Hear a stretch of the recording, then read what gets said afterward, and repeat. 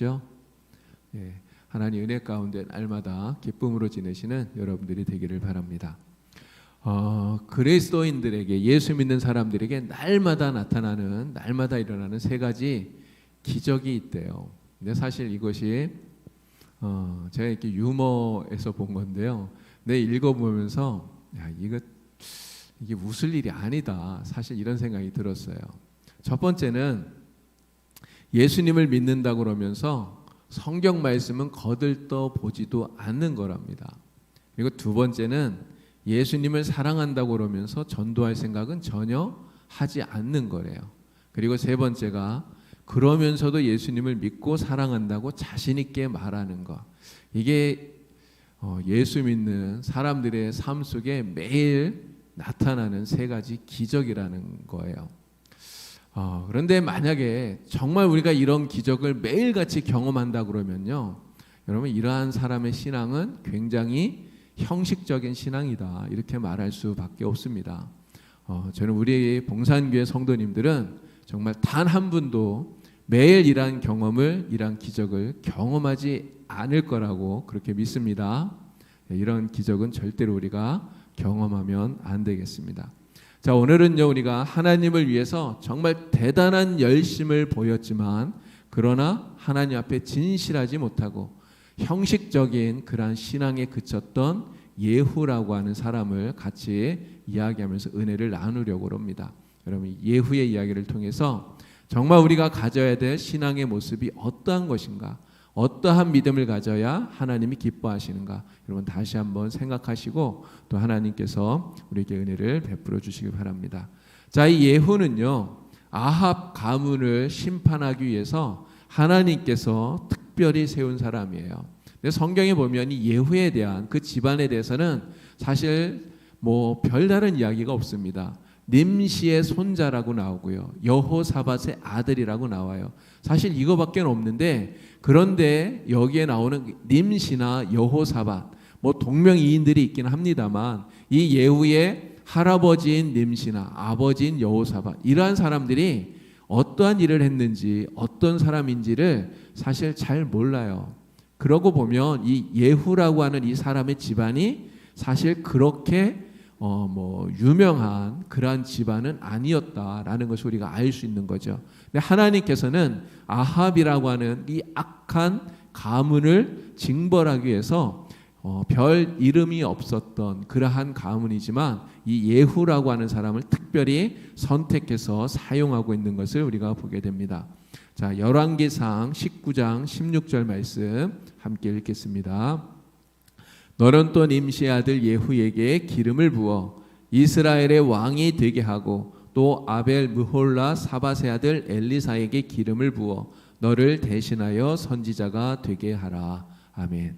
지금 이 말씀은 하나님께서 호렙산에서 엘리야에게 하신 말씀이에요. 엘리야에게 하나님께서 이 예후에게 기름을 부어서 이스라엘의 왕이 되게 하라 명령을 하셨죠. 자, 그런데 이 엘리야에게 주셨던 이 하나님의 명령을 실제로 실행에 옮긴 사람은 엘리야의 후계자인 엘리사입니다. 자, 말씀을 또 읽습니다. 열왕기하 9장 1절부터 3절까지의 말씀입니다. 선지자 엘리사가 선지자의 제자 중 하나를 불러 이르되 너는 허리를 동이고 이 기름병을 손에 가지고 길랏 라못으로 가라. 거기에 이르거든 nim시의 손자 여호사밧의 아들 예후를 찾아 들어가서 기름병을 가지고 그의 머리에 부으며 이르기를 여호와의 말씀이 내가 네게 기름을 부어 이스라엘 왕으로 삼노라 하셨느니라. 아멘. 이 예후는 아합 왕의 군대 장관이었어요. 군대 장관으로 있다가 이렇게 하나님의 선택과 명령에 의해서 혁명을 일으켜서 북이스라엘의 왕이 되는 이러한 사람입니다. 자, 그런데 이가 혁명을 일으키고 또 그것을 진행해 가는 그런 과정을 보면요, 이 예후라는 사람이 그 성격이 굉장히 난폭하고 잔인한 사람이다 하는 것을 우리가 알 수 있습니다. 요람을 죽이는데 뒤에서 활을 쏴서 그를 죽여요. 그리고 이세벨을 창밖으로 집어 던져서 죽게 만들죠. 아합의 모든 자녀들을 다 찾아서 완전히 도륙해버리는 이러한 잔인함을 그가 보입니다. 자, 그런데요, 하나님께서 이렇게 행하는 이 예후를 보시고 뭐라고 말씀하셨냐면, 내가 나보기에 정직히 행했다. 내가 내 마음에 있는 대로 아합 집에 모든 화를 다 쏟아부었다. 이렇게 말씀하신다는 거죠. 하나님께서 예후를 칭찬하고 계시다는 겁니다. 여러분, 왜 그럴까요? 하나님께서 이렇게 하신 이유는 이 아합의 집에 대한 하나님의 진노가 그만큼 컸다고 하는 거예요. 아합의 집에 대한 이러한 진노가 크셨기 때문에 그 진노의 심판을 감당할 이러한 사람으로서 이 예후처럼 냉혹하고 잔인한 사람을 하나님이 도구로 쓰고 계시다고 하는 거죠. 결국 하나님께서는요, 하나님의 필요한 그러한 일들을 위해서 적재적소에 필요한 사람을 하나님은 선택해서 하나님 쓰신다 하는 것을 우리가 알 수 있는 것입니다. 자, 이 예후는요, 북이스라엘의 이제 네 번째 왕조를 이루는 그러한 왕이 됩니다. 예후는 혁명을 통해서 아합 왕가를 물리치게 되죠. 몰아내고 북이스라엘의 네 번째 왕조를 만들게 되는데요. 이 북이스라엘은 약 한 200년 동안 이 나라가 이제 이어져 갑니다. 200년 정도 지속이 되었는데 200년 동안 19명의 왕들이 이 나라를 다스렸어요. 그런데 이 19명의 왕들이 다 같은 집안 사람들이 아니에요.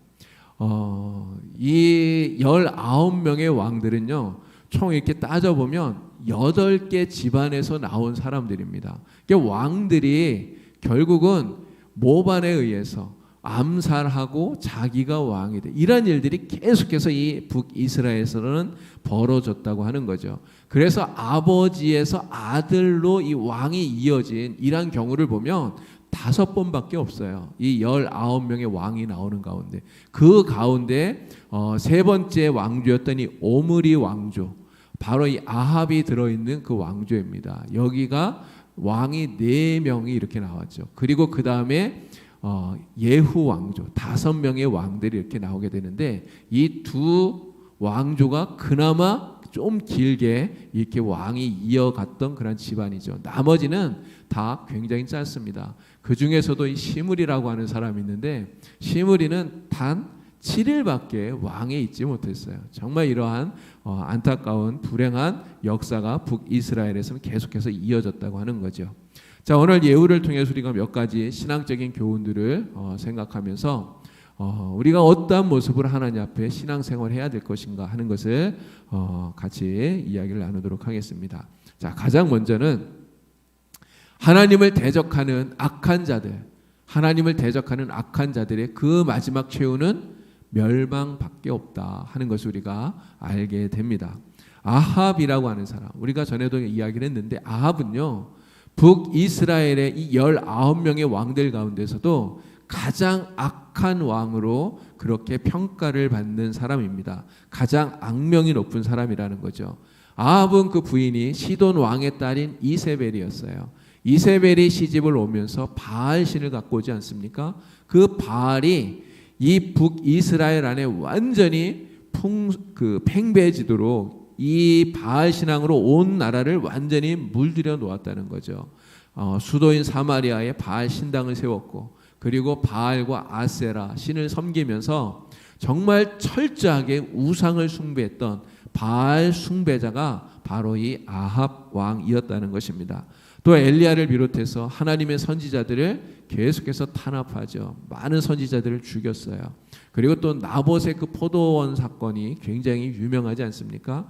나봇의 그 포도원을 탐내서 나봇을 죽이고, 그리고 그 포도원을 빼앗죠. 근데 그렇게 할 때 이 부인인 이세벨이라고 하는 사람이 나봇을 음해하는 이러한 일이 나옵니다. 하나님과 왕을 저주했다고 거짓으로 이 나봇을 음해해서 누명을 씌워서 돌에 맞아 죽게 하는 이러한 일들을, 악한 일들을 이들이 행했던 겁니다. 이렇게 하나님 앞에 악을 행했던 아합과 이세벨, 이 두 사람에 대해서 하나님께서 그들의 그 마지막, 그 끝이 얼마나 비참할 것인가를 하나님이 미리 예언을 하셨어요. 말씀해 주셨던 거죠. 열왕기상 21장 19절부터 말씀을 우리가 보도록 하겠습니다. 여호와의 말씀이 개들이 나봇의 피를 핥은 곳에서 개들이 내 피 곧 내 몸의 피도 핥으리라. 내가 내 자신을 팔아 여호와 보시기에 악을 행하였으므로 여호와의 말씀이 내가 재앙을 내게 내려 너를 쓸어버리되 내게 속한 남자는 이스라엘 가운데 매인자나 노인자를 다 멸할 것이요 이세벨에 대하여도 여호와께서 말씀하여 이르시되 개들이 이스라엘 성읍 곁에서 이세벨을 먹을지라. 아멘. 정말 지금 하나님이 말씀하신, 이거는 아직 이들이 죽기 전에 하나님 하신 말씀이에요. 그런데 이들이 어떠한 최후를 맞을 것인가를 말씀하시는 걸 보면 정말 너무나 끔찍하고 비참한 이러한 최후를 맞게 된다 하는 것을 알게 되는 거죠. 자, 아합과 이 에세벨의 악행에 대해서 이렇게 하나님이 말씀하시고 이것을 이루기 위해서 아합의 군대 장관이었던 예후를 하나님이 선택하셨다는 거죠. 그리고 그를 아합 가문을 심판하는 도구로 삼으시는데요. 그를 선택하고 도구로 삼을 때, 왕으로 세울 때 하나님이 이렇게 말씀합니다. 열왕기하 9장 6절 7절입니다. 또 읽습니다. 예후가 일어나 집으로 들어가니 청년이 그의 머리에 기름을 부으며 그에게 이르되 이스라엘 하나님 여호와의 말씀이 내가 네게 기름을 부어 여호와의 백성 곧 이스라엘의 왕으로 삼노니 너는 내 주 아합의 집을 치라. 내가 나의 종 곧 선지자들의 피와 여호와의 종들의 피를 이세벨에게 갚아주리라. 아멘. 하나님께서 선지자를 통해서 예후에게 기름을 부어요. 그리고 이스라엘의 왕으로 세우시는데 왕으로 세우는 정확한 목적을 이야기합니다. 아합의 집을 쳐라. 이게 하나님이 예후를 세우는 이유요 목적이라고 하는 거예요. 자, 그래서 이 예후가 반란을 일으키게 되는 거죠. 자, 그러면 하나님의 말씀대로 하나님 앞에 이렇게 악을 행했던 아합과 이세벨, 그들이 어떠한 최후를 맞이했는가를 우리가 말씀을 통해서 또 보겠습니다. 자, 아합의 최후가 열왕기상 22장 34절부터 나옵니다. 자, 말씀을 또 읽겠습니다. 한 사람이 무심코 활을 당겨 이스라엘 왕의 갑옷 솔기를 마친지라. 왕이 그 병거 모는 자에게 이르되 내가 부상하였으니 내 손을 돌려 내가 전쟁터에서 나가게 하라 하였으나 이날에 전쟁이 맹렬하였으므로 왕이 병거 가운데에 붙들려 서서 아람 사람을 막다가 저녁에 이르러 죽었는데 상처에 피가 흘러 병거 바닥에 고였더라. 그 병거를 사마리아 못에서 씻음에 개들이 그의 피를 핥았으니 여호와께서 하신 말씀과 같이 되었더라. 거기는 창기들이 목욕하는 곳이었더라. 아멘. 아합이 아람과 전쟁을 하는데요. 여호사밧 왕과 같이 그 전쟁에 가지 않았습니까? 길랄 라못에서 전쟁을 했어요. 그런데 그 전쟁에 들어갈 때 아합이 뭐라고 얘기했냐면 당신은 왕복을 입고 나는 그냥 평복을 입고 들어가겠다고 이렇게 얘기를 해요. 여러분 왜 그 얘기를 했겠습니까? 이미 정보가 이 아합에게 왔던 거예요. 아람 왕이 뭐라고 얘기했냐면 다른 사람과 싸우지 말고 이스라엘 왕만 죽여라 이렇게 얘기를 했거든요. 그런 정보를 이미 입수했던 거 아니겠어요? 아람 군대가 왕인 자기만 집중적으로 공격할 거라는 걸 알았기 때문에 그래서 여호사밧에게 왕복을 입고 들어가게 하고 자기는 그냥 일반 그러한 평복을 입고 그냥 일반 군인처럼 그렇게 전쟁터에 들어갔던 거예요. 그런데 어떤 일이 벌어졌습니까? 우연히 누군가가 쏜 화살에 아합이 맞은 거예요. 그리고 그것 때문에 결국은 죽게 되었다는 겁니다. 어떻게 보면 우연인데 이게 하나님의 그 시각으로 보면 우연이 아니에요. 하나님께서 이미 정해 놓으신 거라는 거죠. 하나님에게는 이것이 섭리고 필연이라고 하는 것입니다. 자, 이렇게 아람과의 전쟁에서 죽었어요. 그리고 그의 피를 개들이 핥아 먹었다고 이렇게 이야기를 합니다. 그러니까 하나님이 하신 말씀이 그대로 이 아합에게 이루어진 거죠. 아합이 얼마나 비참하게 그의 생을 마감했는가를 우리가 알 수 있습니다. 자, 이세벨은 어떻게 최후를 맞이했는지 그의 최후의 모습이 열왕기하 9장 32절부터에 나오고 있어요. 자, 말씀을 또 읽겠습니다. 예후가 얼굴을 들어 창을 향하고 이르되 내 편이 될 자가 누구냐 하니 두어 내시가 예후를 내다보는지라. 이르되 그를 내려던지라 하니 내려던짐에 그의 피가 담과 말에게 튀더라. 예후가 그의 시체를 밟으니라. 가서 장사하려 한즉 그 두 골과 발과 그의 손 외에는 찾지 못한지라. 아멘. 예후가 지금 혁명을 일으키고 이스라엘로 지금 쳐들어갑니다. 그곳에서 이 이세벨이 죽게 되는데요. 혁명을 일으킨 이 예후 편에 선 내시들이 창밖으로 이세벨을 집어 던진 거예요. 그래서 떨어져 죽은 거죠. 그런데 더 끔찍한 것은 이렇게 죽은 이세벨의 살을 개들이 다 뜯어 먹었다는 거예요. 나중에 장사를 지내려고 그 시체를 찾아봤더니 그냥 머리하고 손하고 발하고 밖에 남아있지 않았다는 거예요. 나머지는 다 그냥 개들이 뜯어 먹어버렸다는 겁니다. 바로 개들이 이세벨의 살을 먹으리라는 하나님의 말씀이 그대로 응한 것이죠. 하나님을 대적한 이 악한 이세벨의 최후가 얼마나 끔찍한가 하는 것을 우리가 알 수 있습니다. 바로 이것이 하나님을 대적하는 자들의 비참한 최후라는 거죠. 요한계시록을 보면요, 하나님을 대적하는 그러한 자들의 비참한 최후에 대해서 요한계시록이 이렇게 이야기를 해요. 자, 계시록 20장 14절부터 말씀입니다. 사망과 음부도 불못에 던져지니 이것이 둘째 사망 곧 불못이라. 누구든지 생명책에 기록되지 못한 자는 불못에 던져지더라. 두려워하는 자들과 믿지 아니하는 자들과 흉악한 자들과 살인자들과 음행하는 자들과 점술가들과 우상 숭배자들과 거짓말하는 모든 자들은 불과 유황으로 타는 못에 던져지리니 이것이 둘째 사망이라. 아멘.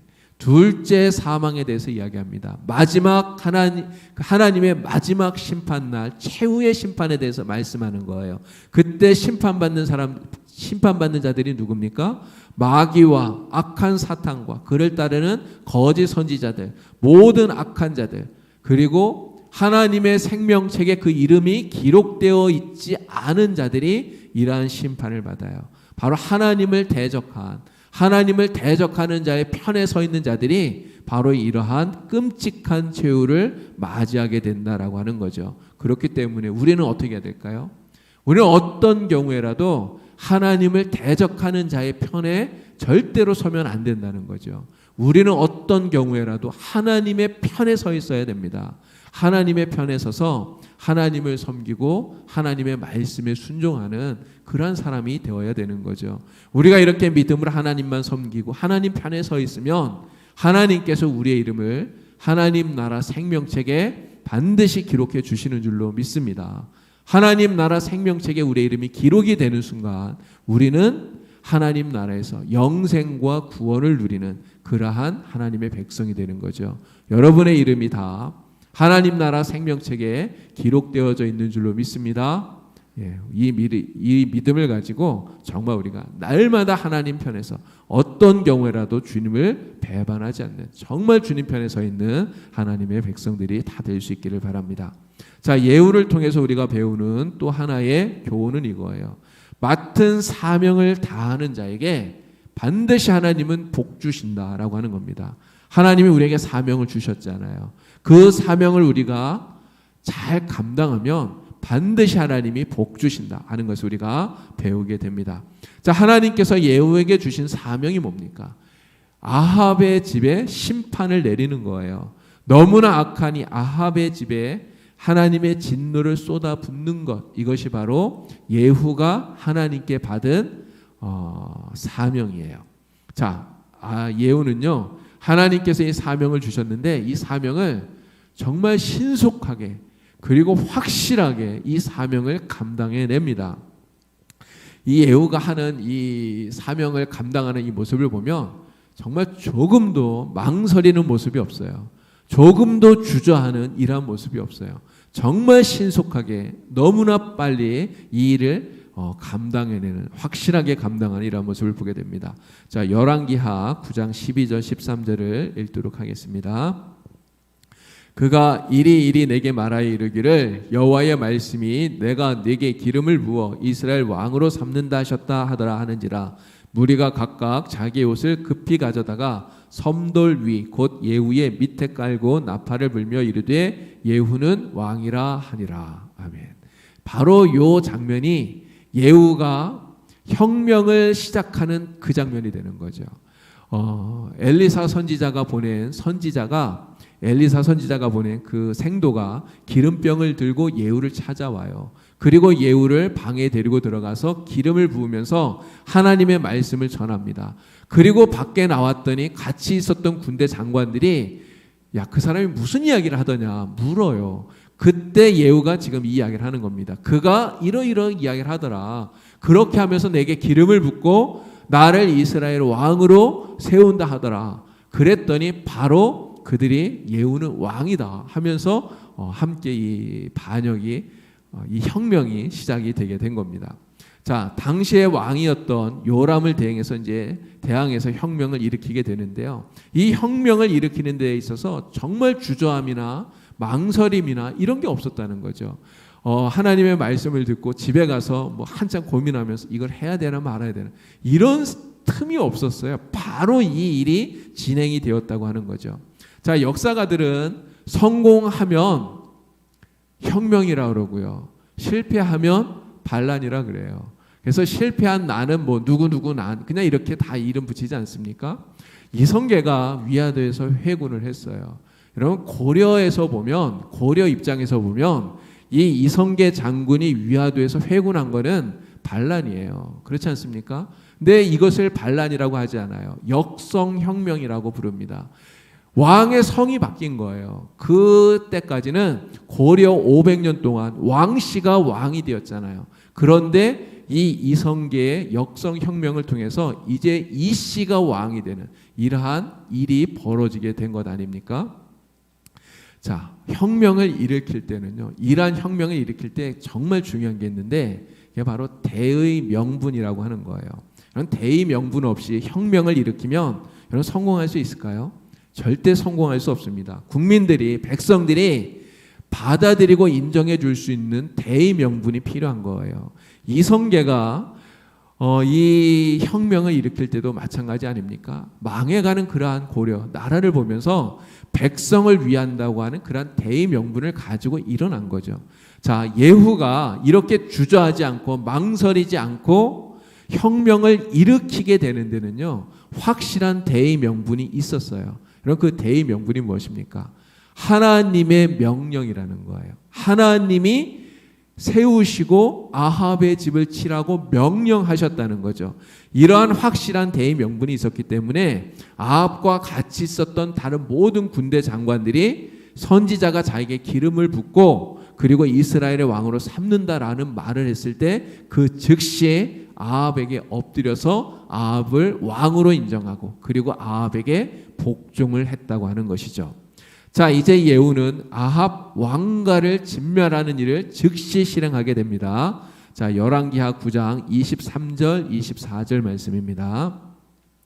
요람이 곧 손을 돌이켜 도망하며 아하시아에게 이르되 아하시아여 반역이로다 하니 예후가 힘을 다하여 활을 당겨 요람의 두 팔 사이를 쏘니 화살이 그의 염통을 꿰뚫고 나오매 그가 병거 가운데에 엎드러진지라. 아멘.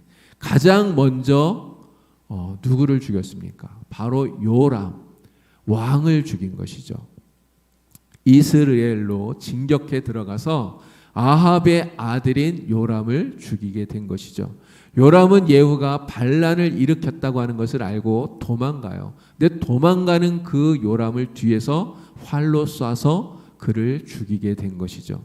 자, 그렇게 죽은 이 요람의 시체를 예후가 어떻게 합니까? 성경을 보니까요, 이스라엘 사람 나봇의 포도원에 그 시신을 던져요. 그래서 하나님이 말씀하신 대로 성읍에서 죽은 자들은 개가 먹고 들에서 죽은 자는 새가 먹으리라고 하는 하나님의 말씀이 그대로 성취되게 하고 있다는 겁니다.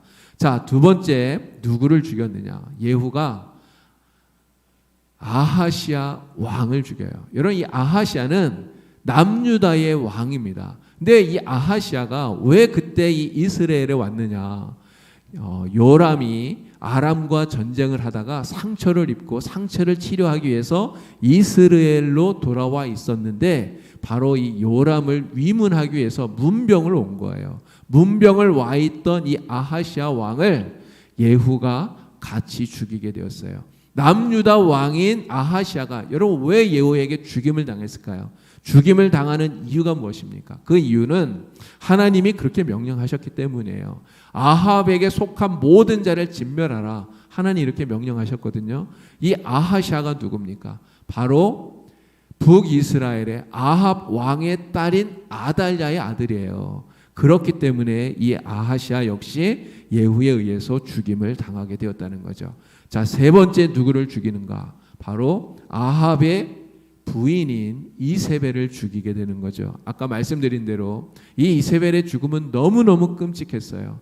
내시들이 창밖으로 집어던져서 거기서 죽었는데 개들이 그 시신을 다 뜯어먹어서 정말 끔찍한 이러한 비참한 최후를 맞게 됩니다. 자, 그리고 예후가 누구를 죽였냐면 바로 아합의 아들들 70명의 아들을 다 죽입니다.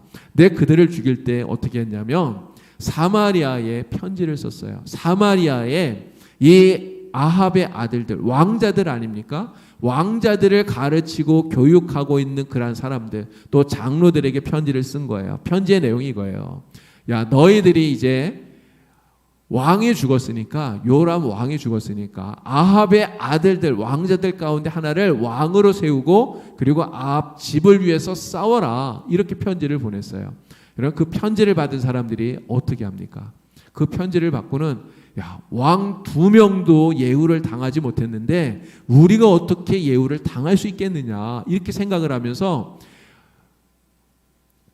예후를 맞서서 싸우는 것이 아니라 혁명을 일으킨 예후에 가담을 하는 거죠. 그래서 그 왕을 가르치고 교육하던 사람들이 아합의 아들들 70명을 다 죽여서 그 목을 잘라서 광주리에 담아 예후에게 보내게 되는 것입니다. 그렇게 해서 아합 왕의 70명의 아들까지 완전히 몰살시키게 된 것이죠. 자, 예후의 이 혁명은 이렇게 정말 굉장히 신속하게 진행이 돼요. 굉장히 빠르게 진행이 됩니다. 전쟁터에서 죽었던 아합을 제외하고는 아합에게 속했던 모든 사람들이 바로 이 예후에 의해서 죽임을 당하게 된 것이죠. 자, 여기에서 이제 이 혁명이 끝나는 게 아닙니다. 정말 어마어마한 일을 예후가 하게 되는데 바로 바알의 선지자들 그리고 바알을 숭배하던 자들을 몰살시키는 것이죠. 자, 그런데 이 일을 위해서 예후가 하나의 계책을 쓰게 되는 것이죠. 자, 아합 왕가를 진멸하고 난 다음에 이 이스라엘에 있는 정말 그 많은 바알 숭배자들을 한 번에 처단하기 위해서 계책을 씁니다. 이렇게 이야기해요. 아합은 바알을 조금 섬겼지만 나 예후는 바알을 더 많이 섬기리라 이렇게 이야기를 합니다. 그러면서 바알을 위한 제사를 크게 열겠다 이야기를 해요. 공포하는 거죠. 그리고 북이스라엘 땅에 있는 모든 바알 숭배자들, 바알을 숭배하는 제사장들, 바알을 섬기는 모든 사람들은 그 대회에 그 제사에 한 사람도 빠지지 말고 다 참석해라 이렇게 명을 내리게 되는 거예요. 이 바알의 이 이야기를 들은 바알 숭배자들이 처음에는 굉장히 기뻐했을 것 같아요. 지금 반란이 일어나서 왕이 죽고 아합 가문이 완전히 쑥대밭이 되어버리는 이러한 상황을 보았잖아요. 그걸 보면서 처음에 이 바알 숭배자들은 굉장히 두려움을 가졌을지 몰라요. 그런데 지금 그 예후가 아합보다도 더 열심히 바알을 숭배한다면서 바알을 위한 큰 제사를 지금 드린다고 하니까 야, 이 사람들이 이렇게 얘기했을 것 같아요. 야, 진짜 이 모든 것이 다 바알의 은혜야. 이렇게 생각하면서 그들이 모여들었을 거라는 거죠. 마침내 예후가 정한 날, 그가 정한 그때 이 바알의 신당에 북이스라엘의 바알을 숭배하는 모든 사람들이 다 모이게 된 겁니다. 정말 빠짐없이 모여서 거기에서 바알을 위한 큰 제사를 드리게 된 거죠. 자, 그런데 이렇게 모인 바알 숭배자들에게 예후가 예복을 주는데요. 바알을 섬기는 자들에게만 예복을 줍니다. 왜 그렇게 했냐면 혹시라도 하나님을 섬기는 사람들이 바알 숭배자들이 처단당하는 거기에서 죽임을 당하지 않도록 사전에 조치를 하는 것이죠. 그래서 바알 숭배자들만 예복을 입고 그 안에서 제사를 드리게 합니다. 자, 마침내 이 바알 숭배자들이 모조리 죽임을 당하는데요. 열왕기하 10장 25절부터 말씀을 또 함께 보도록 하겠습니다. 번제 드리기를 다음에 예후가 호위병과 지휘관들에게 이르되 들어가서 한 사람도 나가지 못하게 하고 죽이라 하며 호위병과 지휘관들이 칼로 그들을 죽여 밖에 던지고 바알의 산당 있는 성으로 가서 바알의 신당에서 목상들을 가져다가 불사르고 바알의 목상을 헐며 바알의 신당을 헐어서 변소를 만들었더니 오늘까지 이르니라. 아멘. 하나님께서 이 아합 집안의 악을 징벌하기 위해서 예후를 세우셨는데요. 정말 예후는 무서울 정도로 이 아합의 집 그리고 바알 숭배자들을 완전히 징벌해 버립니다. 조금도 망설이거나 주저함이 없었어요. 하나님의 명령대로 완벽하게 실행했다는 거죠. 여러분, 이러한 예후에 대해서 하나님이 뭐라고 말씀하시는가? 그 말씀이 열왕기하 10장 30절에 나오는 이야기입니다. 자, 말씀을 보겠습니다. 여호와께서 예후에게 이르시되 내가 나보기에 정직한 일을 행하되 잘 행하여 내 마음에 있는 대로 아합 집에 당행하였은즉 내 자손이 이스라엘 왕위를 이어 4대를 지내리라 하시니라. 아멘. 하나님 뭐라 그럽니까? 야, 너 진짜 잘했다. 내 마음에 있는 화를 네가 다 풀어주었다. 내 마음이 흡족하다. 하나님 이렇게 말씀하신 거예요. 그러면서 이 예후에게 복을 주셨는데 바로 예후를 이어서 4명의 왕들이, 예후까지 포함하면 5명이 왕이 되는 거죠. 이 5명의 왕들이 북이스라엘을 다스리도록 하나님께서 이러한 복을 주시게 된 겁니다. 자, 하나님은요, 하나님의 백성들이 하나님의 말씀을 듣고 그 말씀에 순종하면 반드시 하나님 복을 주셔요. 하나님은 순종하는 자를 기뻐하시기 때문에 그렇습니다. 그렇기 때문에 우리는 하나님의 말씀이라는 것을 깨달으면, 하나님의 명령이라는 것을 깨달으면 어떻게 해야 될까요? 정말 이 예후처럼 하나님의 말씀을 행하는데, 하나님의 명령을 행하는데 주저함이 없어야 된다는 거죠. 하나님의 말씀인 줄 알면서, 하나님의 명령인 줄 알면서도 주저한다면, 망설인다면 여러분, 그것은 복받는 그런 사람의 모습이 아닌 겁니다. 하나님이 내게 말씀하셨다. 이게 하나님이 나에게 원하시는 것이다. 우리가 정말 믿어진다면 여러분, 망설임 없이, 주저함 없이 하나님의 뜻을 행하는 여러분들이 되기를 바랍니다. 반드시 하나님께서 여러분들 기뻐하시고 하나님께서 큰 은혜와 복을 주실 줄로 믿습니다. 자, 이제 마지막 3번째, 이 예후를 통해서 우리가 배우는, 깨닫게 되는 교훈입니다. 3번째는 형식적인 신앙을 가지면 안 된다는 거예요. 형식적인 신앙을 버리고 정말 진실한 믿음으로 끝까지 순종해야 된다 하는 것을 예후를 통해서 우리가 배우게 됩니다. 자, 지금까지 이야기한, 우리가 그 예후에 대해서 지금 이야기한 이 내용들만 보면요, 여러분, 예후는 진짜 하나님을 잘 섬긴 사람 같아요. 하나님 말씀을 정말 잘 순종한 사람처럼 보여집니다.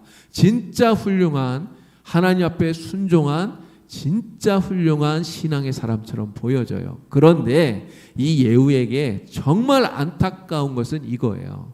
예후가 하나님의 명령에 순종해서 아합의 가문을 진멸시키기는 했지만 그의 신앙이 다윗처럼 하나님 앞에 진실하지 못했다는 거예요. 정말 진실하지 못하고 형식적인 신앙에 그치고 있다라고 하는 것이 예후에게 있어서 너무너무 아쉬운 점이다라고 하는 것입니다. 자, 열왕기하 10장 31절 말씀 같이 읽습니다. 그러나 예후가 전심으로 이스라엘 하나님 여호와의 율법을 지켜 행하지 아니하며 여로보암이 이스라엘에게 범하게 한 그 죄에서 떠나지 아니하였더라. 아멘. 자, 예후가 떠나지 않은 죄, 뭐라 그러죠? 여로보암이 이스라엘에게 범하게 한 죄라고 말해요. 여로보암이 이스라엘에게 범하게 한 죄가 무엇이냐면 바로 베델과 단에다가 금송아지를 만들어 놓고 그것을 하나님이라고 말하면서 섬기게 한 죄입니다. 금송아지를 하나님으로 섬기게 한 죄. 여러분, 여로보암은 왜 이러한 죄를 범했을까요? 여로보암이 이 죄를 범한 이유는 자기가 왕이 된 이후에 북이스라엘을 다스리다가 보니까 북이스라엘 사람들이 남유다 땅 예루살렘으로 하나님을 섬기러 절기 때마다 가는 거예요. 그러다 보니까 그 마음이 그 북이스라엘 왕인 자기에게서 남유다의 왕인 르호보암에게로 그 마음이 옮겨갈까 봐 이것이 두려워서 못 가게 막은 거죠. 그래서 가지 못하도록 북이스라엘의 성지를 만든 거예요. 그게 바로 베델과 단이에요. 그리고 거기에 눈에 보이는 하나님, 금송아지로 하나님을 만들어 놓은 거죠. 그러니까 갈 필요 없다. 이게 하나님이다. 여기서 섬기면 된다. 이렇게 말했던 거예요. 그래서 북이스라엘 백성들이 이 베델과 단에서 마치 금송아지를 하나님이냐 이렇게 섬기게 되었던 거죠. 이 여로보암은 순전히 자기의 정치적인 목적에 의해서 이 금송아지를 만들었던 겁니다. 그런데 지금 예후가 바로 이 여로보암이 범했던 이 죄를 그대로 답습하고 있다는 거예요. 똑같이 그대로 따라하고 있다는 거죠. 왜 그렇습니까? 이 금송아지가 자기의 통치에 도움이 되기 때문에 그런 거예요. 여러분, 예후는 하나님 명령대로 혁명을 일으켰어요. 그리고 아합 왕가와 또 바알 숭배자들을 다 진멸을 했습니다. 그런데 이것이 하나님의 명령을 따른 것이기는 하지만 또 한편으로는요, 자기 자신을 위한 것이기도 했다는 거죠. 자, 하나님의 명령이라고 하는 대의명분을 가지고 혁명을 일으켰어요. 근데 그 혁명을 일으키면 예후는 뭐가 됩니까? 왕이 되는 거잖아요. 왕. 예후는 바로 이러한 대의 명분을 가지고 혁명을 일으키면서 그 속에 자신이 왕이 되고자 하는 이러한 정치적인 욕망을 가지고 있었다는 거예요. 그리고 하나님의 명령을 행하는 이것이 바로 왕으로서 자신이 통치할 때 그 통치를 수월하게 하기 위해서 바로 전 왕조인 아합 왕가를 완전히 싹쓸이해버리는 이러한 일로 나타나게 되었다는 거죠. 그리고 바알을 숭배하던 자들을 완전히 진멸하는 이러한 일들로 나타나게 되었다는 거예요. 하나님을 위하는 것이지만 한편으로는 자기 자신을 위한 일이 되었다는 거죠. 그런데 여로보암이 만들었던 이 금송아지들, 왜 이 금송아지는 안 없앴겠습니까? 똑같은 거예요. 자기가 왕이 되어서 북이스라엘을 다스리면서 보니까 똑같은 이유인 거죠. 북이스라엘 백성들이 남유다 땅으로 신앙을 가지고 가는 것을 원하지 않았던 거예요. 북이스라엘 백성들이 남유다 땅으로 가지 못하도록 역시 예후 역시 여로보암처럼 똑같은 이유로 이 베델과 단에 금송아지를 그대로 남겨놓고 그것을 마치 하나님인 것처럼 섬겼다는 것이죠. 예후는 이렇게 자신의 이익에 부합되는 경우에만 하나님의 명령을 순종하고 그렇지 않은 경우에는 하나님의 명령을 순종하지 않는 이러한 형식적인 신앙을 가지고 있었던 사람이라고 하는 것입니다. 자, 여러분, 형식적인 신앙 이렇게 말씀을 드렸는데 형식적인 신앙이라고 하는 게 무슨 말입니까? 형식적인 신앙이라는 것은요, 뭐 기도도 하고 예배도 드리고 찬송도 하고 모든 그러한 신앙적인 행위들은 가지고 있는데 이러한 행위를 하는 그 목적이 오로지 자기 자신을 위한 것일 때 형식적인 신앙이라고 말할 수 있는 거예요. 어떤 이익이 자기에 있기 때문에 그래서 하나님을 섬기는다라고 하는 것입니다. 그러나 어떠한 행위를 하더라도 아무리 그 행위가 열심이고 많은 일들을 한다 하더라도 자기에게 이익이 있기 때문에 하나님을 섬기는 거라면 그렇게 행하는 모든 것들은 다 형식적인 신앙생활이다. 이렇게 말할 수밖에 없다는 거예요. 여러분, 우리가 신앙생활을 하는 진짜 중요한 이유가 무엇입니까? 우리가 왜 신앙생활을 하죠? 우리가 이렇게 나와서 예배하고 하나님을 찬양하고 기도하는 우리의 이 신앙생활의 진짜 중요한 동기, 이유가 무엇입니까? 그것은 하나님을 사랑하기 때문이에요. 우리가 진짜 하나님을 사랑하기 때문에 그 사랑으로부터 이러한 예배와 기도와 말씀에 순종하는 이런 모든 것들이 뒤따라오는 것이죠.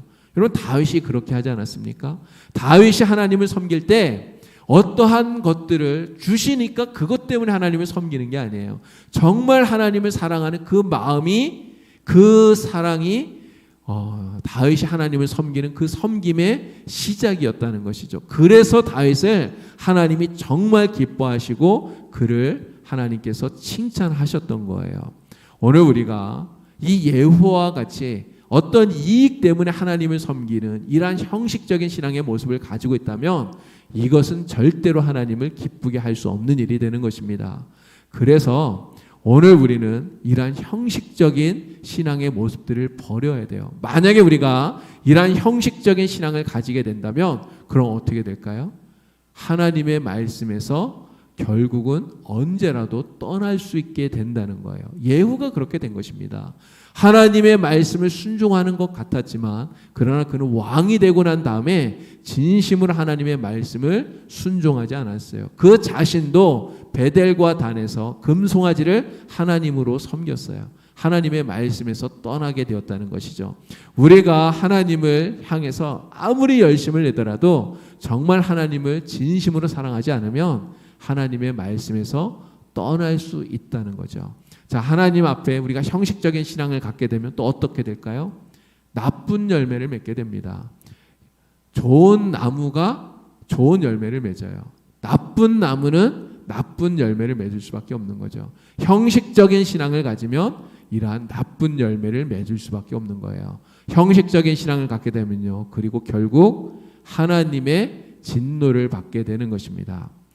예수님께서 한 무화과 나무에 가셔서 열매를 구하셨잖아요. 잎은 무성한데 거기에 열매가 없었어요. 우리 주님께서 그 무화과 나무를 저주하시죠. 여러분, 우리 성도들이 버려야 할, 또 우리 하나님께서 가장 미워하시는 것 가운데 하나가 바로 위선이에요. 위선.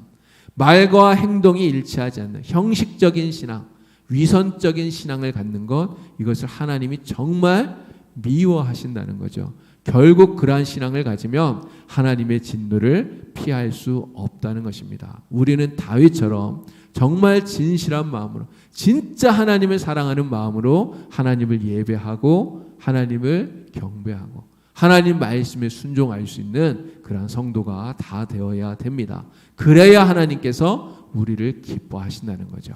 자, 오늘 예후를 통해서 정말 악을 행한 이 아합의 지방과 바알 숭배자들을 진멸하고 그리고 이스라엘의 왕이 된 이 예후의 모습을 통해서 하나님을 위해서 우리가 아무리 열심 있는 신앙생활을 하더라도 정말 그것이 나의 욕심을 채우기 위한 형식적인 신앙이 아니라 정말 하나님을 사랑하는 마음이 발로가 되는 정말 그러한 신앙생활을 해야 된다고 하는 것을 우리가 배우게 됩니다. 진짜 하나님을 사랑하는 순수한 열정이어야 한다 하는 것을 깨닫게 되는 것이죠.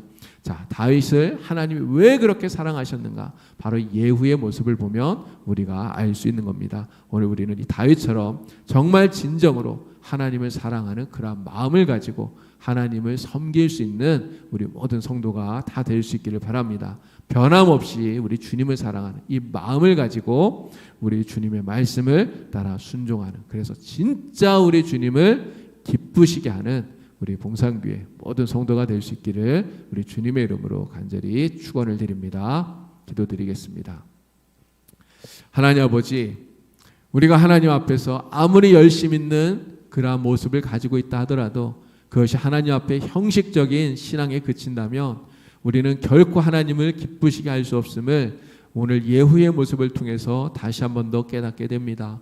정말 주님을 진심으로 사랑하고 그 사랑으로 주님을 섬기고 주님을 경배하고 말씀에 순종하며 살았던 다윗과 같이 오늘 우리의 믿음이 정말 순수한 아름다운 신앙이 될 수 있도록 주님 도와주시옵소서. 주님 사랑하는 마음 끝까지 잃어버리지 않게 하여 주시고 이 사랑의 마음으로 하나님을 섬기며 또 주님 말씀 순종하며 믿음으로 살아가게 하셔서 정말 하나님을 기쁘시게 해드리고 하나님의 큰 은혜와 복을 누리며 살아가는 우리 모두가 되게 하여 주시옵소서. 예수님의 이름으로 기도드리옵나이다.